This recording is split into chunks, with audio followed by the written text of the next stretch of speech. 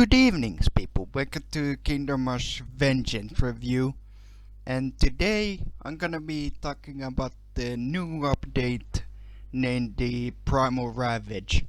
It introduces a new hero, a new tower, 3 new campaigns, and four new enemies and a boss. So, without further ado, let's get into it, shall we? The first tower we're looking at is the Igneous Altar, and this tower is very weird. Now, it is an artillery tower that shoots like molten rocks, but unlike any other artillery tower, it doesn't do damage while hitting enemies. Instead, it relies on afterburn, which can slowly kill its enemies. Now at first glance it does low damage, but it's dependent on ticks. And it is a very interesting tower to say the least. Pretty unique from other artillery tower in this series. Now, let's look at the abilities that it has. Now, the first ability we're looking at is the Burning Elemental, or the Magma Elemental. And here are its stats. It's got 585 health, 90 to 43 attack, and that's about it. And it costs like 255 gold. Now, this tower is kinda like the Shaolin monk or the dragon warrior, except it's kinda slightly stronger yet. It isn't like, but its attack is nearly half, which isn't great, but I would overall say it's kind of decent. Like, it's not bad, but it's pretty expensive, to say the least. Next up is True Fire, and this one, well, basically slows down enemies on contact, which basically means it lives like a pool of lava. And this one is really good. It actually allows you to do more damage and slow down targets, which, yeah, it does increase damage the more it slows down, which is really good. It's a little bit expensive, costing around 161, but it is pretty effective, especially at killing like really weak targets. Overall, a pretty nice ability to have. The final ability it has is Single Extinction, and this what makes so that a single enemy take like 50, 75, 100% damage. It's like Shadow Mark, except if an enemy dies, it does explosive damage, dealing 32, 50, 72 I think. And it's an actually pretty nice ability to have. Oh, and it also lasts a little bit longer than Shadow Mark does. It has 3 tiers, but it costs fairly bit. Like, it costs almost like 300 or something to get it on full. But if you can use it effectively, you can actually use it to support with other towers, which is a really nice thing to have. Overall, I would say that the Igneous Altar is pretty decent. I wouldn't say it's nearly as good as the Shaolin or the Swamp Thing, or high tier towers like the Bone Flinger, the Mausoleum, or the Blazing Gem, but I wouldn't say it's the worst tower. And if you want to get it, go ahead. On mobile it costs like $7 or euros if you wanna waste money on. So overall, it's a pretty nice added new tower for Vengeance. Now for the new hero Grosh. It costs the same amount as the Igneous Altar, being like $7 or something. And he's basically a melee hero, much like Varric or Magosa, except he's also a bit of a tank, and he has some really good abilities, which I'll talk about later. But I'll first talk about his passive, which is the Lone Warrior. The Lone Warrior is Grosh's like hero passive ability, which gives him 30% bonus of damage and health when there's no allied unit nearby. It basically means that with his normal health he has like 740 health and 41 to 62 damage, but when he's out of the unit he has like 961 health, which is the highest of any vengeance heroes who have health outside the swamp thing. And he also does 53 to 80 damage, which is pretty damn high. I would basically recommend not using it with the Walking Dead, as it can interrupt his damage output, but I'll talk this about later. And then let's look at his hero abilities. Now, the first ability is Fissure, which allows Grosh to stun and deal 320 damage to an enemy, and he also causes nearby enemies to run away for 1.5 seconds, which is short. Now, it does pretty high damage of any unit outside maybe Olok's demonic blast, but this one is pretty good damaging ability. It's not great, but it is pretty good, to say the least. Now for the second ability is Fissure, and this one, if Grosh is almost dying, he will go to a berserker mode, becoming invulnerable and having his attack speed double, which is like an improved version of glacial form. Now, when I talk about the Lone Wolf or Lone Warrior, 53 to 80 per like second is very damn good and very damn high. The problem is Grosh should be like near dead state, which depends on, but you could also use it for tanking, which is nice. Next up is Whirlwind. After delivering 3 attacks, the next one does 75 damage in an area, which is alright, I guess. He has pretty slow attack, but it is what it is. It's not so bad, I would say, but it's good overall. Now, the final ability is Legacy. Now, I'm not sure if this is a good ability, but Grosh has a pretty slow respawn rate. And even if we can slow down enemies for 40 and deal a little bit damage, I would recommend like upgrading it to last. I mean, it's not that good. And finally for the hero spell, which is the original terror. And this is a pretty unique ability. It basically like sends those spikes from the spawn and go all the way to the entrance where enemy is at. Not only does it do a little bit damage, but it can stun enemies for 3 seconds. Now, you could use it to slow down enemies, but it has a fairly long cooldown, so use it for anything you like for it. Overall, Grosh is a really good hero.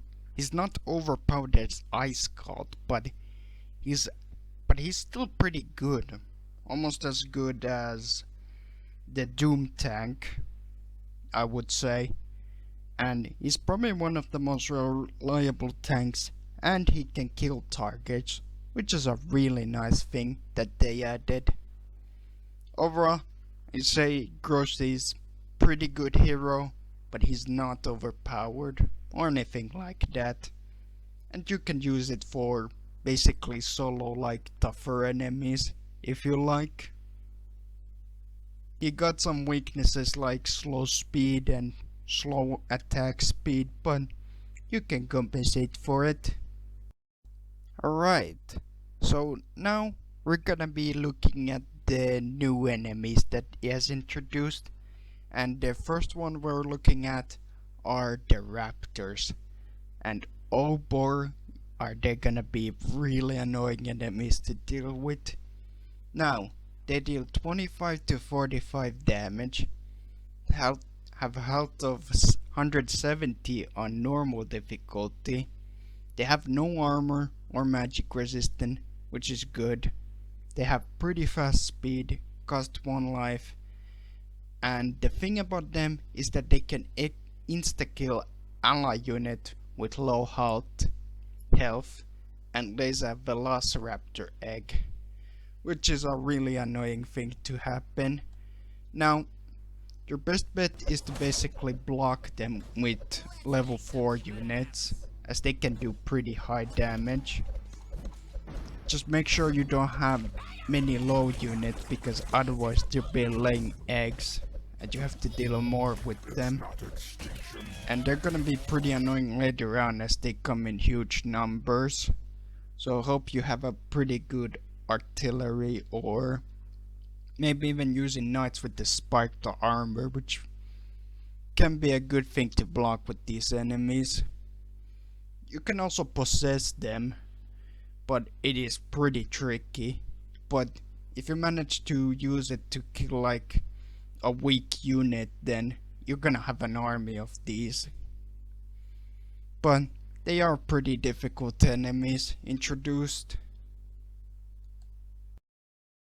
Next up are the prehistoric dwarves, and these are giant dwarves introduced for the new update, or cavemen.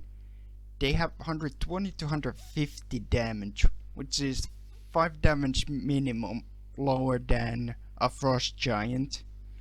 They have 1700 health on normal difficulty, which is almost as high as the sorcerer or sorcerer golem.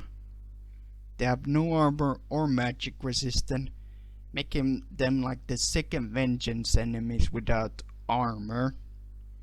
They have slow speed, cost 2 lives, and buffs velociraptor speed, health and damage by half. Now, they're usually just damage punch enemies, but they can be very tricky enemies to deal with. Not only do they come in groups and can take a lot of damage because of their health, but there's always something annoying mechanics. Now, they don't deal too high damage, but they still hit hard. And their like signature ability rarely happens, maybe in the first level, which buffed the raptors by half, but if you have the knights, they're usually not issue. And you can also use the knights insta-kill to handle them, which is in a really big threat outside with these plants and maybe the pterodactyls. And speaking of pterodactyls, let's talk about them. Pterodactyls, they have no damage, of course, since they're flying. Health on normal is 130, which on high it's 175. They have no armor or magic resistance. They have medium speed, and they cost 1 life. And they can appear transporting prehistoric dwarfs sometimes. Now, they're usually just standard enemies, but they're usually like the transport enemies, except that they transport giants, which can be sometimes annoying to deal with, but they can sometimes drop if they're half a health or the dwarf is left like near exit or near some units. Now, they're usually pretty easy enemies to deal with, if you have ranged units, but they are pretty tanky, so be a lookout for it. Not bad enemy, but pretty average flying enemies. Now, the final enemies outside the boss are the cave dwarfs, and they are probably the most boring enemies that they added. They deal 57 damage, which is stupidly low, 230 health, which is pretty tanky for vengeance, low armor, no magic resistance, slow speed, and they cost 1 health. Now, they usually do appear in numbers, but they basically serve as like the stronger Warhammer guards. And you might be using magic for them, but AoE is just fine. Overall, I think they're kinda like those... I think they're like one of those Greenfin's enemies from Frontiers, where they're basically just damage spongy enemies. They're not usually bad, but they get easily stalled by barracks. Kinda disappointed with no abilities or high damage or anything whatsoever. Finally is the boss of this, and this is basically the T-Rex or the G-Rex, I remember.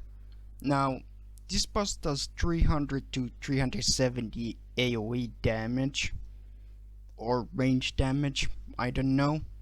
He has 8000 health on normal, has medium magic resistance, but no armor, making it somewhat tanky with the blazing gem. It has slow speed and costs 20, and is wide variety of attacks, like abilities like range attack and insta kills and heals after eating, and so much more. Now, you can basically block this boss, or maybe use the knight to stun lock it, but it can somewhat insta kill. But I'm not sure about it. And this boss is kind of weird because if it hits a plant, which teleports the enemies, it will heal itself up to max, and basically just locks the tower you're using. They won't attack or anything. Doesn't affect barracks or maybe even the Zeppelin and the sisters. If it managed to reach, which depends if you use it, but if you can hold this boss, you're surviving fine.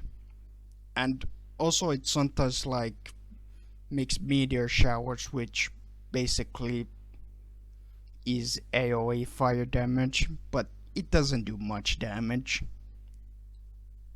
Overall, I would say that the boss is a step up from the water dragon or other vengeance fight, but I still would say it's not the hardest boss. It is pretty fine as it is.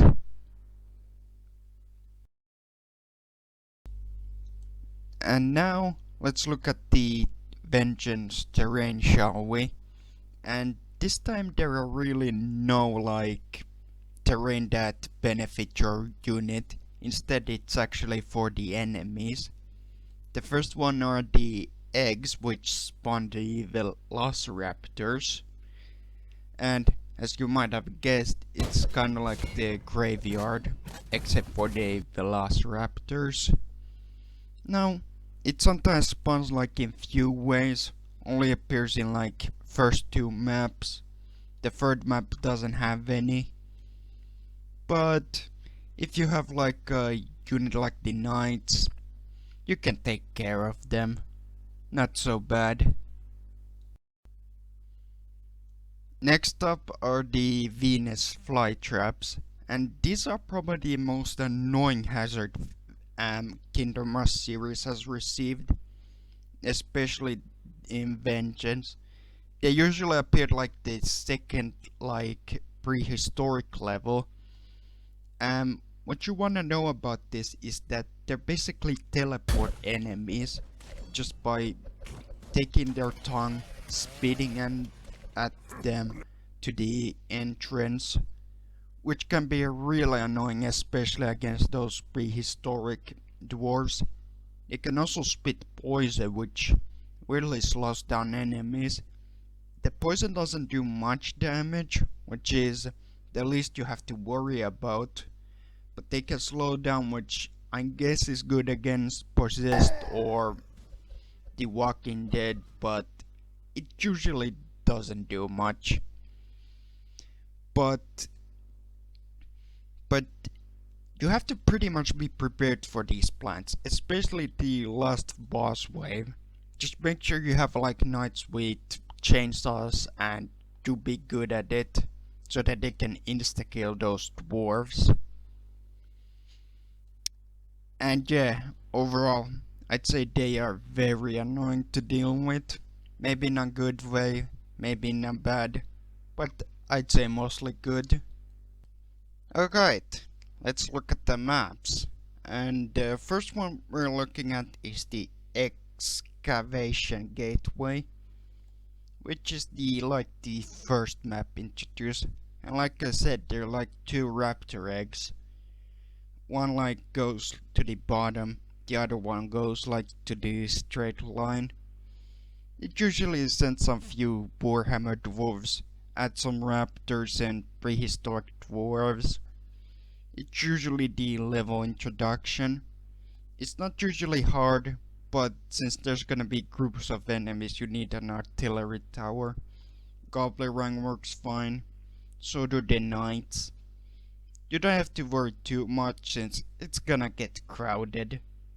Now, the second one we're looking at is the Lost Passage, and it also has raptor eggs and these two plants, which will teleport enemies and spit.